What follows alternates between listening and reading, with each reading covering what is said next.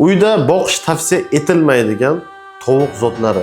Ha, noto'g'ri eshitmadingiz. Uyda boqsa bo'lmaydigan bezpantovoy tovuq zotlari ham mavjud. Birinchisi bu dakan zotiga mansub xo'rozlar. Nima uchun aynan siz agar uni o'ynatadigan bo'lmasangiz yoki boshqa maqsadda foydalanmaydigan bo'lsangiz, uni olib boqishdan ma'no yo'q uyda. Ikkinchisi brama yoki dekorativ zot tovuqlar. Ularni ham boqishdan ma'no yo'q. Birinchidan kam tuxum qo'yadi, lekin dinozavrga o'xshab ovqat yeydi. Bir kasal bo'lsa-ki, qiron kelsa hammasi o'lib ketadi. Uchinchisi esa fabrikada tuxum qo'yadigan loman yoki shunga o'xshash parodalar. Ularni boqishda qiynalasiz uyda. Zbalansirovni to'g'ri ko'rim bermasangizga siz kutgan natijadagi tuxumni ola olmaysiz. Stress tufayli doimiy pati to'kilib, afti esa kampirga o'xshab bujmayib qoladi.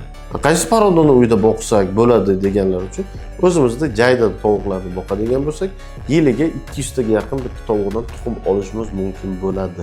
Videoni tovuqshunos tanishlaringizga jo'natib qo'yinglar. Kanalga obuna bo'lishni esa unutmanglar.